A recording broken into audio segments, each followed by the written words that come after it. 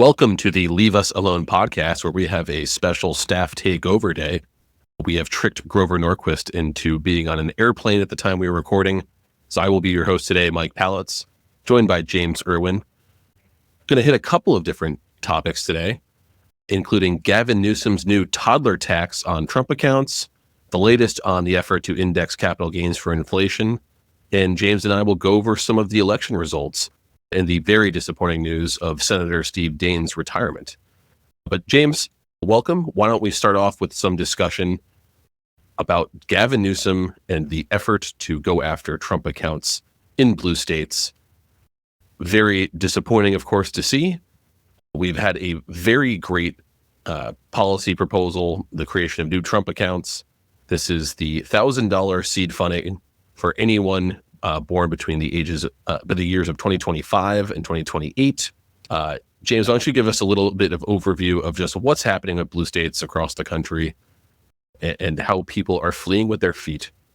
Yes. Welcome to ATR After Dark. We are without adult supervision, as Mike alluded to, but many blue states are resisting implementation of the more popular provisions, or what they think are going to be the more popular provisions of the Trump tax cuts, the working family tax cuts, including, as you're saying, the Trump accounts, which are basically tax-free savings accounts that you can set up for your children. And there are actually a number of philanthropists, millionaires and billionaires, founders of prominent companies, who have come out recently. Some of them are featured at the State of the Union in the gallery by the president, who are raising money to donate so that parents can have access to seed money for these Trump accounts, so they can help set them up, help get an investment portfolio growing. The idea being that when you teach people from a very young age, they have access to when they're 18, you learn about financial literacy early on, you're going to take ownership of that account, you're going to care about financial markets and read into them at an early age.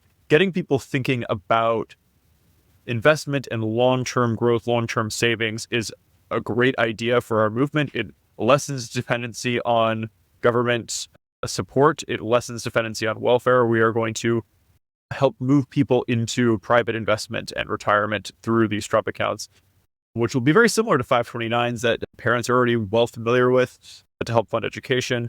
And then perhaps someday we'll get to universal tax-free savings accounts like they have in Canada that were set up by the last conservative government there. But these are all great ideas to move in that direction. As we have documented, blue states are not following the general trend of lowering taxes, going to flat taxes, and then taking them down to zero. But as we've covered before, the U-Haul index has California as the most exited state in the union. It does, its population has actually finally recovered. It lost population for the first time in its entire history in 2021, right after COVID and the draconian lockdown policies. But that was the last straw for a lot of people who started moving to other states in the Sun Belt, like Texas, Florida, Arizona, places no income tax or with a lower one that's on its way to zero. Nevada as well doesn't have an income tax. Montana, Idaho, states like that are drawing a lot of Californians. And despite the fact the population has recovered from its drop now, that isn't due entirely to natural reproduction and foreign immigration, because California is a better place to live than, El Salvador or Guatemala, but it is not the best place to live in the United States. And despite the lovely weather, and people are demonstrating that in the native Californians that are moving to other places. Yeah, I think the weather shows, if you're going to move out of that state with that wonderful weather, just how bad the governance is. Yeah. So let's talk specifically about how Gavin Newsom and the California Tax Franchise Board is coming after Trump accounts here.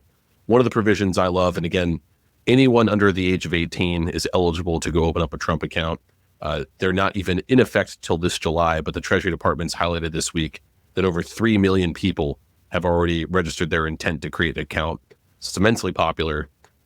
What we're seeing out of California, though, I think partially driven by just the politics of this, frustration that it's literally called a Trump account, they're being really small and petty. And anytime they see savings going into your pocket, they want to come like the mafia and take their cut. So what we're seeing here, for example, is a ruling that despite they're recognizing that this is a new creation of an IRA-like account, they're not going to tax it. So if your employer, which is eligible to make a $2,500 contribution into your child's account, chooses to do that, the state of California, for state income tax purposes, is going to treat that contribution to your child's account as taxable income to you, the employee. Just an insane policy where they are now going to raid the savings accounts of children. They're literally taking your piggy bank away from small children. Yeah, so this is Gavin Newsom's toddler tax. The governor's office was asked about it directly this week, if they would support overruling by law the decision, and they refused to answer the question. This is his administration implementing this new form. We're going to see blue states start to follow their lead as well. And just the idea here, I think the San Francisco Chronicle did a great job pointing this out, that they are breaking from the norms in which California does usually comply with federal changes to retirement accounts. They're actively choosing not to in this account. Again, despite recognizing it as a new form of IRA, they're just not going to tax it as such. It's children who lose out. Just literally robbing candy from a baby is the state of California right now. Yeah, two thoughts on that. One policy and one philosophical. Policy-wise, this is the same party that made a big deal about a totally refundable child tax credit. And the reason they don't like this idea is because it competes with their idea of not just removing your tax liability for having kids, but giving positive cash payments as a form of pronatalist policy, which we've seen a lot of countries try and which rarely works, to parents. And they hate this because this is a competing idea where it's like, how about we just let people keep their own money and let it grow, or take charitable donations so that young people are financially literate, invested in the economy, and have a nest egg when they're 18 that's already had several years to grow and compound interest. The philosophical dimension to this speaks to the fundamental conflict divisions between left and right in America, and whether or not you're in the Leave Us Alone coalition. Do you fundamentally believe that your money is yours and you begrudgingly pay some of it to the state for necessary things like police, a court system that enforces contracts, border security, and the military? Or do you fundamentally believe that the state is entitled to your money and they will let you keep the leftovers? The question, one of the major dividing lines that sort of, I think it's the first principle from which everything else stems, is, do you think people ought to work for themselves and then create the government afterwards? Or do you think that the government exists and it allows people to exist, allows people to work and create things? Are we in the business of baking more pies, or are we obsessed with dividing up the pie that exists? Yeah, and I would add to that too, right? I think the Treasury Secretary has been very good on this, talking about how this is a generational change of policy with Trump accounts here. The idea that you could have high schoolers a decade from now comparing their savings apps on their phones with each other, having more financial understanding, a better understanding of the marketplace than congressmen do when they're coming into office right now. And we've always said on the conservative side that every savings account we're opening, that's a window for individuals to better understand how, when the stock market goes up, their retirement savings goes up. Democrats don't want that. They want you dependent on government checks. They want to be able to rob more payroll tax to fund your retirement. And they want to pretend that who cares about the stock market, rich hedge fund manager or stockbroker, not retirees, it's not the 60%, 60% of Americans who are in the market right now. And I think the Treasury Secretary, again, he pointed out that it just so happens to be that if you take the mirror image of that, it's about 39% of people who have a favorable view of socialism right now. So I don't think those things are disconnected, and then they're right to draw those lines. But again, the good news here, we do have millions of Americans already planning to take advantage of the new Trump accounts. People in California, the state's going to rob you, but you still have a tax-deferred treatment of savings and investment for your children, at least at the federal level. It's a shame that California is going to come raid these accounts. And you've very aptly labeled them the toddler tax, which I quite like. So remind me, with the working families tax cut, is this provision for Trump accounts, is that retroactive to January 20th, 2025? What is the window of eligibility? So for the seed money coming out of Trump accounts, this is $1,000 that'll be placed into accounts. That is for children born years 2025 to 2028. The Trump accounts themselves, we have got rulemaking coming out from Treasury, will be eligible to open up Trump accounts this July, but people can already go to the IRS and signal their intent to create an account, which millions of Americans have already done. And again, the accounts themselves, anyone under 18 is eligible to create an account. for that $1,000 seed funding, that is just for children born 2025 to 2028. At least for now, that's the pilot seed funding program. Yeah. So ultimately, this is a debate between, do we give every family, when they have a new child, $1,000 to invest and let that grow tax-free over time? Or are you giving every family $5,000 this year and $5,000 next year, which was the Democrat proposal? That was the Kamala Harris proposal that J.D. Vance tried to be clever and come out and say that we wanted a $4,000 tax credit. Grover loves to tell the story, child tax credit. And then she came out the next day and said $5,000. So they'll always try and outbid you on the short-term immediate payment. And they despise this idea because this is a much more reasonable response, which it costs the taxpayer less, or the budget line less, I guess, if you want to say. We're talking about people keeping their own money, but it's $1,000, not $5,000. And then it turns into much more over 18 years. And no, I think you raised an important point too, because we should highlight, right? I think there are some folks on the free market side who are not crazy that there is $1,000 starting money. Again, one, it's a pilot program. The idea here is to attract more people into savings account. The real world problem we always run into is that you still have to, it's deferred benefit for people to take part of their income and put it into a savings account. And we don't have enough people taking advantage of them as they should be, or those who are eligible to. The $1,000 seed funding, that is to attract more people to open to accounts, which I think is already proving successful. And then ultimately, when you have the savings account, when you have people making their own contributions, seeing the compound interest and the benefit that has for them, they're ultimately less reliant on government. And I think I'm a believer in the Ted Cruz philosophy here too, that we just need to be opening up as many savings accounts as possible. And then ultimately we can roll them into one universal savings account. And it would be a greater curtailment of liberty to try and force people into these by law, rather than offering a $1,000 inducement or incentive. Speaking of Ted Cruz, so this was one of his good ideas that was included in the Big Beautiful Bill.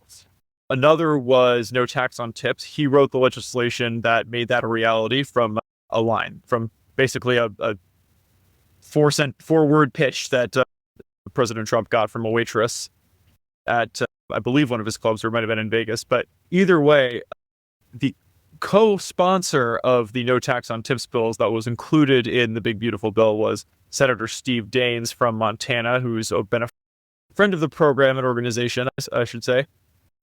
And unfortunately, we learned just within the last 24 hours that he is retiring. Would you want to talk a little bit about what Senator Daines has done and his Yeah, Senator Daines of Montana, absolute conservative hero. Someone who just this Congress, if you look at it, I don't think we get this tax bill, the one big beautiful bill, the working families tax cuts, across the line without Steve Daines' leadership on this. This is someone who really dug his heels in when there were others who wanted to just settle for a lame 5-year extension. Steve Daines dug in. He fought to make the tax cuts, the pro-growth tax cuts, permanent. That is key for businesses and individuals, essentially where all the economic activity and growth is coming from this bill, making the expensing cost recovery provisions permanent. People can thank Steve Daines for digging in on that. He was a huge opponent to any effort to increase top individual tax rates, for example, that were floated. It's just someone good, free market, low tax, less regulation member who I think was a true leader of the Reagan Republican types. Someone who's unfortunately decided to behave like a normal person and decide that more than a decade in DC is too long. He served 2 terms in the Senate, 1 in the House, and he's announced his retirement. The good news is he already had his hand-picked successor, who is the U.S. Attorney for Montana. And they wisely waited until the very last minute. I believe there were 7 minutes technically left on the clock for the filing deadline in Montana when Steve Daines announced his intent to withdraw for his reelection campaign. And his successor, or likely successor, we should say, filed, I believe, with 3 minutes left on the clock at 4:57 Montana time, and has already gotten the endorsement of President Trump. So I think we should thank him on his way out for making sure that someone like John Tester, the former Montana Democrat senator, isn't filed to run for re-election. Yes, exactly. And that's why a likely successor, because this both forestalls a primary opponent because there's nobody left running. Nobody was going to challenge the incumbent. There's nobody left running against the good candidate. And he successfully boxed out any viable Democrat in the state. There is an independent running that's going to get national money. They're going to try and run the Dan Osborne play that they did in Nebraska 2024 against Deb Fisher somewhere, a state where the Democrat brand is really tarnished and frankly toxic. Where they used to win, there used to be conservative Democrats like Ben Nelson in Nebraska, Mike Mansfield, who was the longest serving majority leader in the Senate's history. Neither party's viable in these states anymore. So Democrats are increasingly coalescing behind independents. This is what they did in Maine a long time ago with Angus King, who's still kicking around. And so that's what to keep an eye on in that race, and we'll provide more coverage as that progresses. But on a more basic level, in terms of passing the big, beautiful bill, as we mentioned, Daines held the line on important policies. He helped co-author the no tax on tips provision to make it actually executable, put the idea into words. On a more basic level, though, we wouldn't have had the votes to pass it through the Senate were it not for his efforts as NRSC chairman in the 2024 cycle. So he was in charge of the Senate Republican Campaign Committee that raised tens, if not hundreds of millions of dollars and helped select really good candidates that fit the states they were running in. That was Dave McCormick in Pennsylvania. That was Jim Justice, the governor in West Virginia, who ran for Senate. Bernie Moreno in Ohio. It ended up basically running the tables. I think there was one competitive Senate race we fell a little short in, but otherwise picked up, I think, 4 total seats. Yeah, no, I believe so. Extremely successful NRSC chairman. These are big shoes to fill, and I think for conservatives, we are losing a true fighter here. He's only 63 years old, so it'll be interesting to see if he decides to do anything next in his career. I certainly wouldn't count him out. Maybe someone who's also floated for Senate leadership in the past. So we'll keep an eye on Steve Daines, but wish him well. I'm disappointed to see him retire.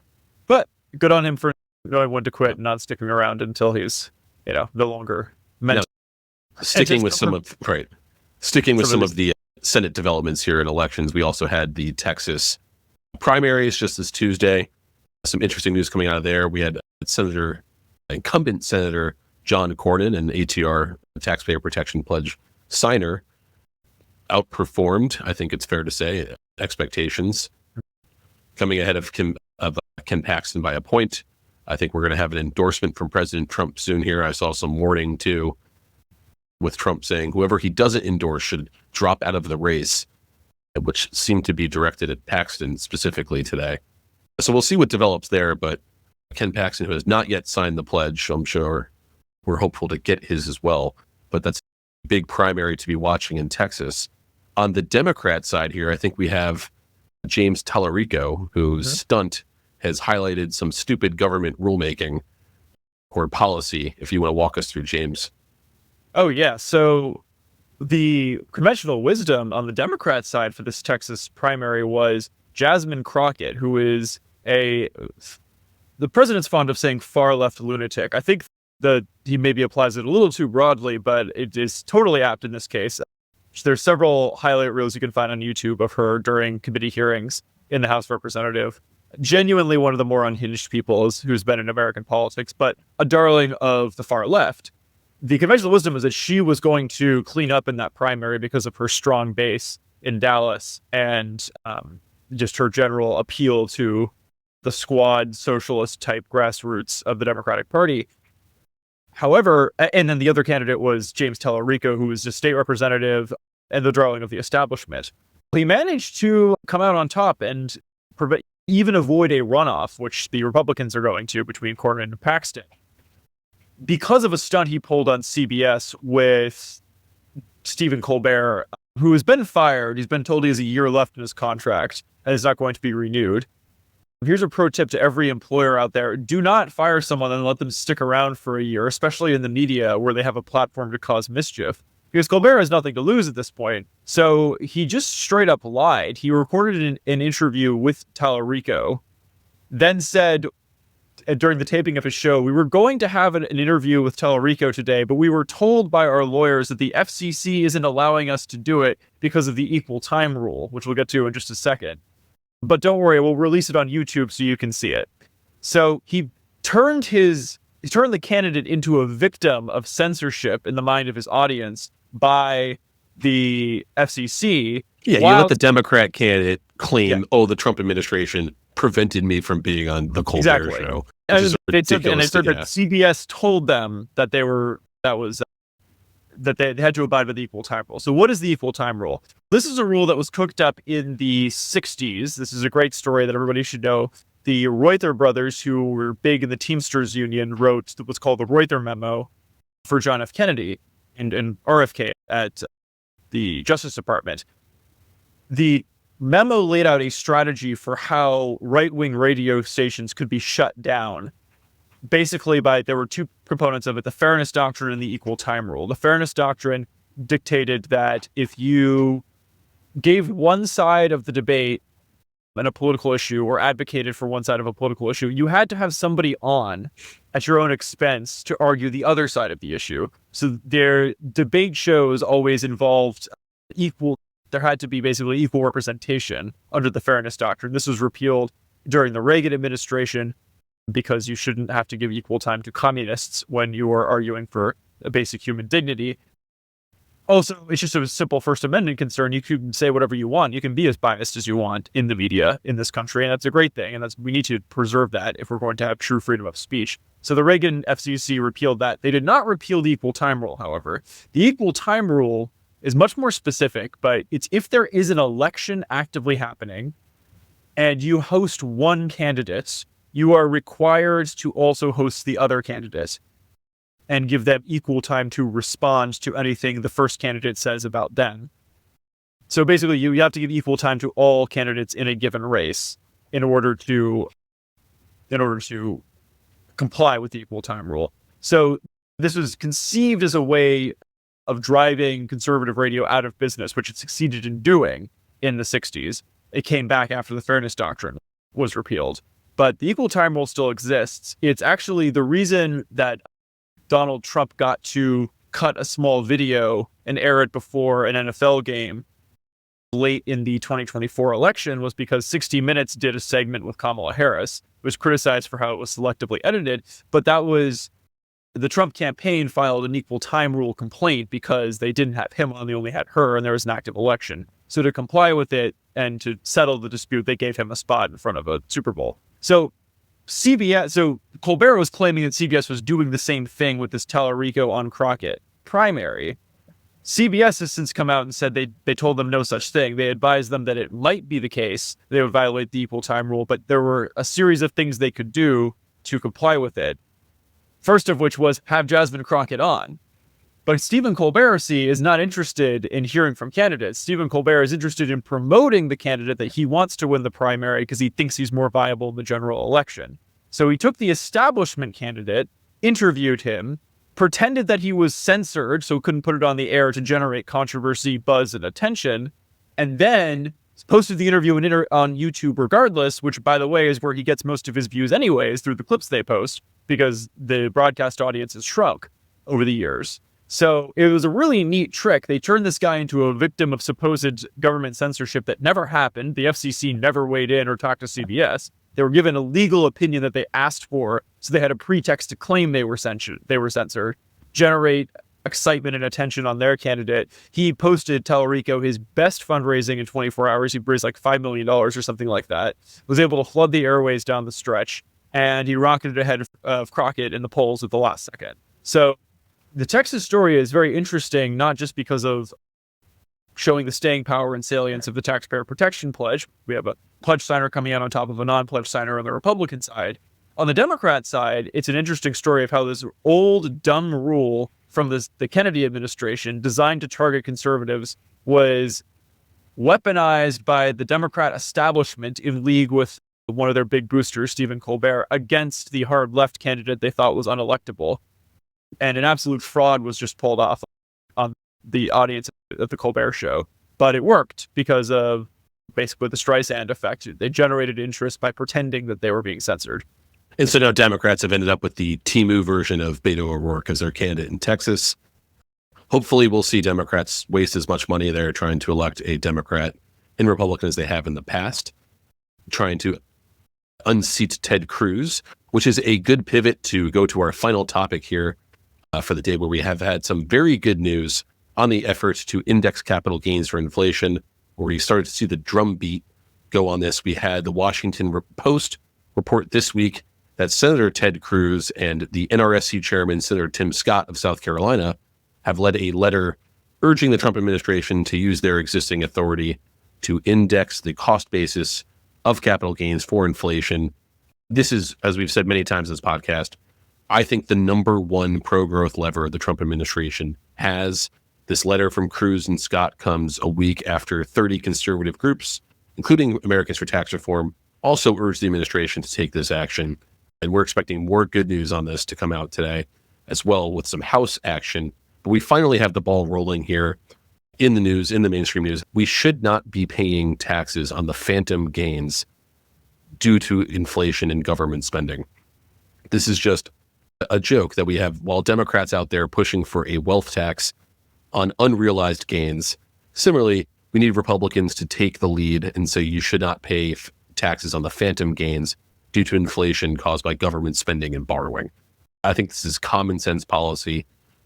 We've seen study after study about the pro-growth effect of this, what this means for ending kind of the logjam in the housing market, where I think you have this story that's, you'll see frustration that boomers won't move out of their homes.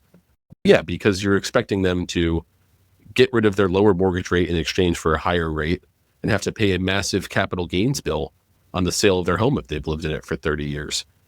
Great study coming out of Moody's Analytics on it recently, talking about the logjam effect that this has for families who are looking to either upgrade their home or who are forced into renting because there isn't enough supply on the market.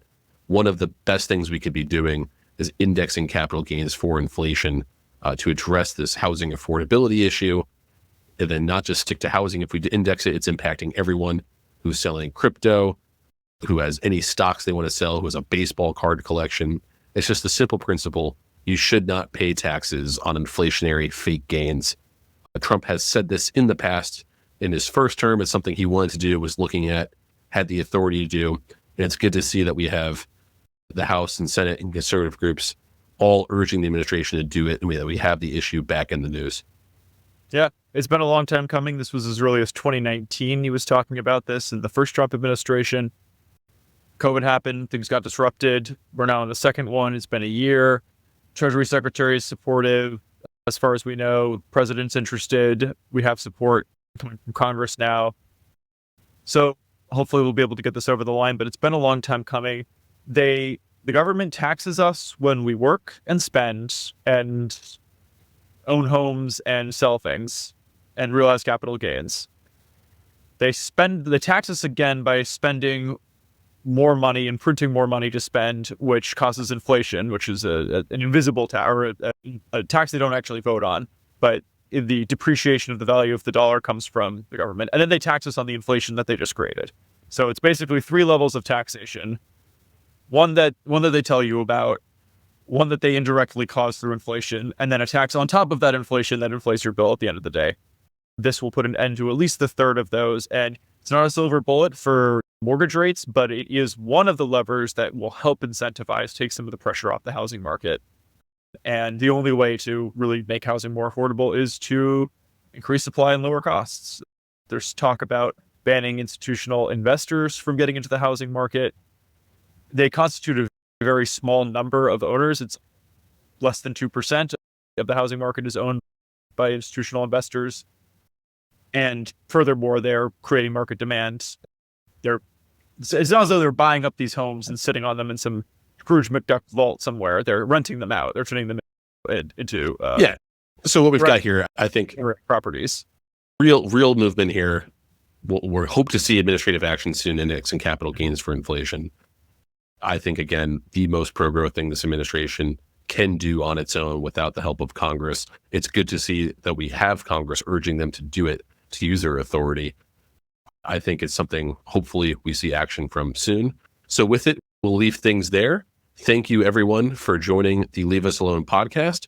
We'll be back again soon. Hopefully we'll have Grover back. And if we encourage everyone to like and subscribe to the podcast, we will certainly have Grover back. But thank you, everyone, for listening. Yeah, thanks for having me, Mike. It's been great.